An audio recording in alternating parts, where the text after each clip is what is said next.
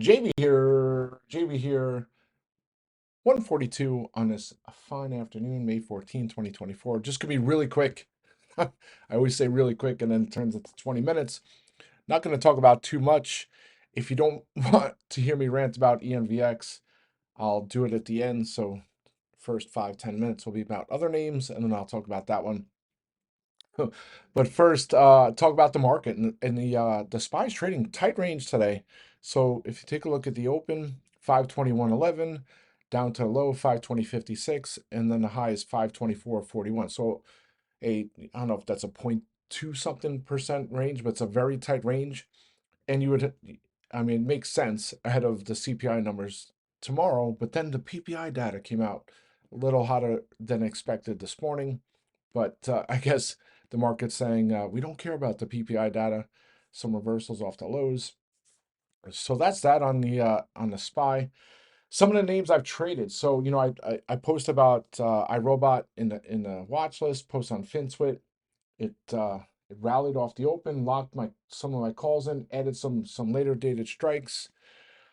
Uh, Tough one. So, you look at iRobot, it's kind of like the name has fallen off the radar. People don't talk about, don't look at it, like they used to back in the day, especially when I used to trade it back in the, 2020 and before that.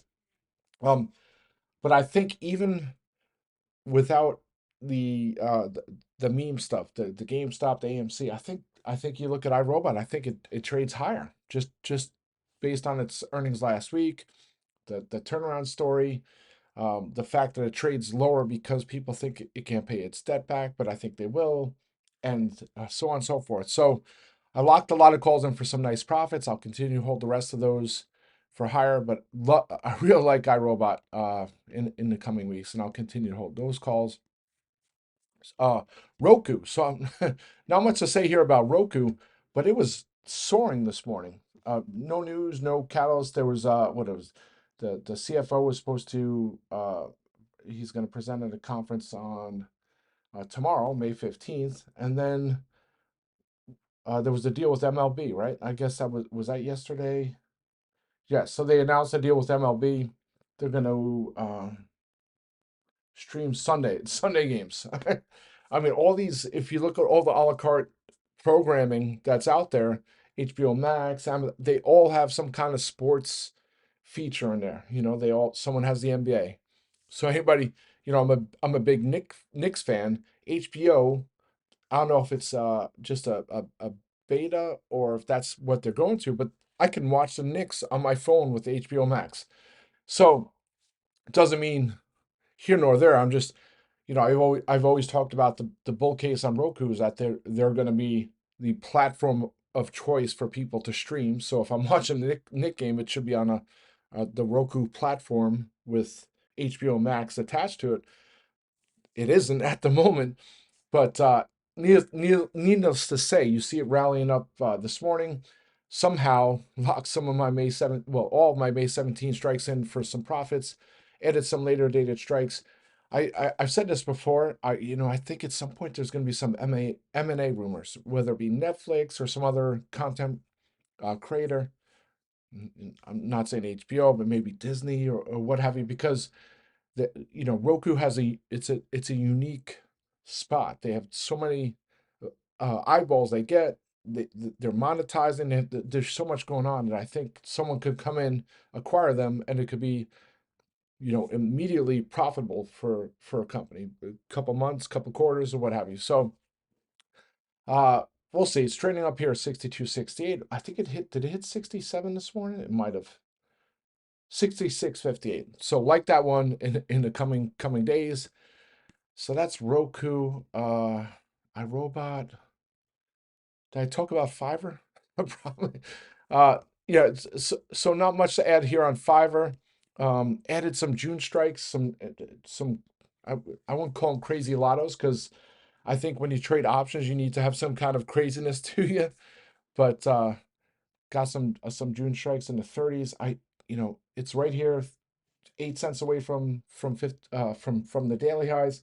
I think it trades into the 30s. So I'll hold my inexpensive I won't call them lottos, but speculative calls on Fiverr, iRobot, and I think that's it. So ENVX. So if anybody's long, short ENVX, if you're long, I mean, it's probably good to listen to anyway. But it's sitting here at 837, up 8.37% at 944.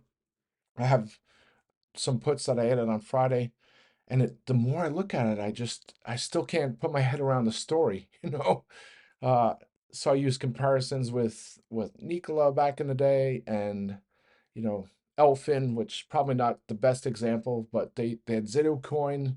Their CEO went on CNBC, talked about his product. It kind of just shows you that even if you have the best product ever, you can advertise, you can be a publicly traded company, and then maybe that's not the case, right? And I'm not saying, people are accusing me of saying that I'm calling the company a fraud, directors, the CEO, which he came from Micron, is a fraud. No, I'm not accusing any of them of fraud. I just think that they're not going to be able to get their battery to market. They're not going to scale it. Their battery is not, it's just not going to happen.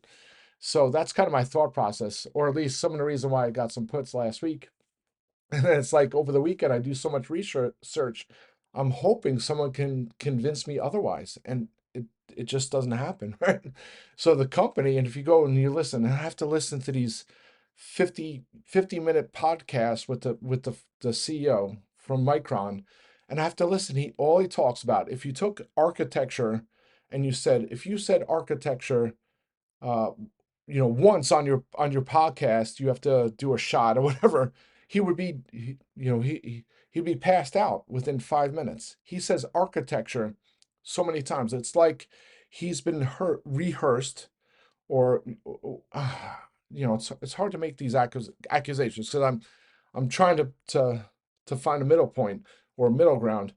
But it's like he has a script and he talks about these points, and that's what he does with the batteries. And then the bulls they'd like eat it up like hay from a a cow who's starving, and they'd like just devour it.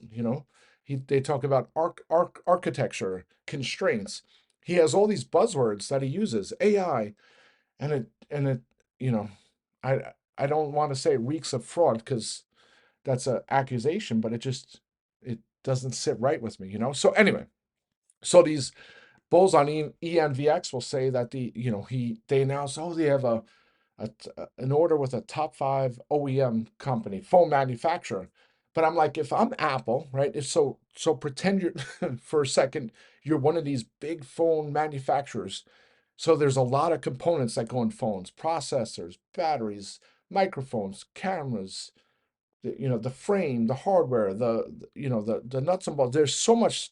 The battery is one of the, I wouldn't say it's the lowest cost component, but it's not, and obviously, it's important because you turn your phone on, it needs to work, right? So you need to have a battery, and it's pretty large, but the sizing of the batteries have come down, but it's like a $10 cost of the phone, $8 to $10, and that phone, which is going to sell for between 800 and 1,000, whether it's subsidized from contracts, whatever, that's what it's going to sell for.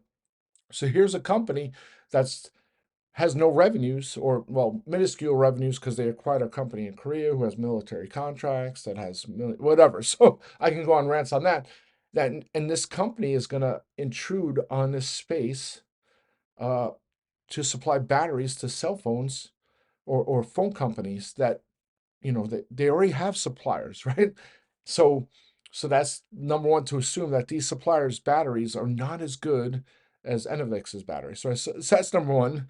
And number two, that Enovix is going to supply the batteries, supply them to scale, customize them to fit the phone, get them shipped, get them in all the phones, and then get them out and make sure there's no hiccups. Right? It's like a huge undertaking. So I don't get this. I'm like, you want to revolutionize that whole sector. That's great. So my last little rant part is that if your battery is so good, why why do you have to have a non-disclosure agreement with the phone company, right? So if Apple thought your battery was the best battery ever, if I'm Apple, I would say, wow, we're going to use this battery, which is the best battery ever. So and so, Samsung, LG, whoever supplies my battery, this is the battery I'm going to use in my next iteration, the iPhone 16 or whatever. If you don't improve your battery or cost, I'm going to use this battery. And they have all the leverage. Instead, ENVX says we have non-disclosure agreements with these cell phone companies, so they don't scare off their suppliers. I'm like, in my opinion, if you had a possible replacement for one of your suppliers that was better, why would you not want that to be public? It's almost like in the best interest of the phone company to say, I have a replacement for you. If you don't improve your product or your cost, you are not going to have a contract with us next year. So I try and temper my bull bear case, because it's like it just stuff doesn't jive with me. All right, so apologize for the rant. Hope everybody's having a great day. 2 hours, 7 minutes to the close. Rock and roll.